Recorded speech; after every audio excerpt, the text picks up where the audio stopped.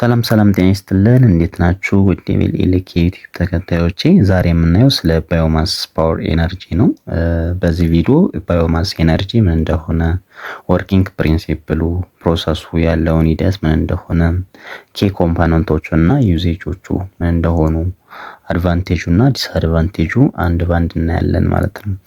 እሺ ባዮማስ ኤነርጂ ማለት ምን ማለት ነው የሚለውን እኔ ባዮማስ ኤነርጂ ማለት በባዮማስ ኤሌክትሪክ ኃይል ከእጽዋት ከእንስሳት ተዋጽኦ እና ከከተማ ብስባሽ ቆሻሻዎች ወይም ደግሞ ኦርጋኒክ ማቴሪያልስ ወይም ፊድስቶክስ የምንለውን የኤሌክትሪክ ኃይል እና የሙቀት ኃይል የሚያመነጭልኝ ታዳሽ ወይም ደግሞ ሪኒዌብል ሪሶርስ ነው ማለት። እሺ የባዮማስ ኃይል እንደ ከሰል፣ ነዳጅ እና ተፈጥሮ ጋዝ ያሉ ቅሪተ አካልን ወይም ፎሲል ፊውልስ ከመጠቀም ይልቅ በቅርብ ከምናገኛቸው ቅድም እንዳየነው እንደ ቆሻሻዎች እና ከእጽዋት ያሉ ተዋጽኦዎች የምናገኘው የኃይል ነው ማለት ነው። በኤሌክትሪክ ግሪድ ስርዓት ውስጥ የባዮማስ ኃይል እንደ ቋሚ ወይም ደግሞ እንደ ተቆጣጣሪ ፊርም ወይም ዲስፓቼብል ቤዝሎድ ሪሶርስ የኃይል ምንጭ ያገለግላል ማለት ነው።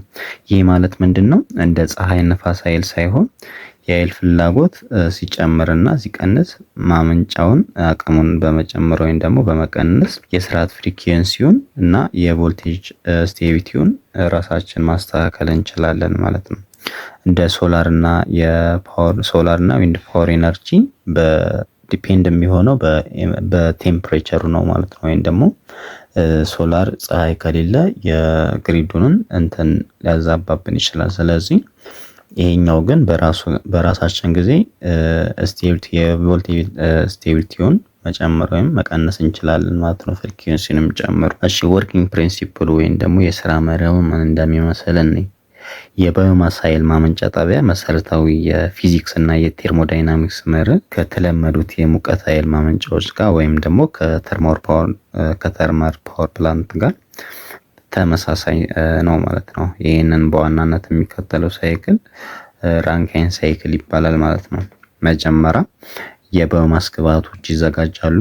እዛ የተዘጋጁት ግብአቶች ደግሞ የማቃጠያ ቦይለር ውስጥ ይገባሉ። ከዛ ገብተው ይቃጠላሉ ማለት ነው። ከዛ ደግሞ ከፍተኛ ጫና ያለው እንፋሎት ይፈጠራል። ከተቀጣጠለ በኋላ የተቀጣጠለው ደግሞ የእንፋሎት ተርባይኑን ሻፍቱን እንዲሽከረከር ያደርጋል ማለት ነው። ከዛ ወደ ጀነሬተር ይላካል።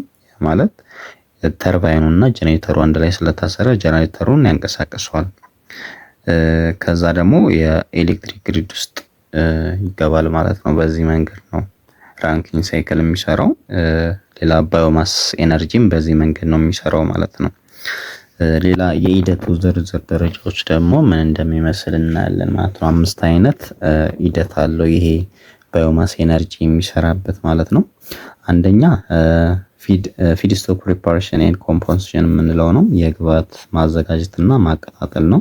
የባዮማስ ቁሳቁሶች ተሰብስበው ወይም ደግሞ ደርቀውና ተከትክተው ወደ ቦይለር ይገባሉ። ከዚያም በቁጥጥር ስር ባለው ሁኔታ በመቃጠል የኬሚካል ኃይላቸውን ወደ ከፍተኛ ሙቀት ይቀየራል ማለት ነው። አንደኛው ሂደቱ ይሄኛውን ይመስላል። ሁለተኛ ሂደቱ ደግሞ እንፋሎት ማመንጨት ነው ወይም ደግሞ ስቲም ጀነሬሽን የምንለው ነው።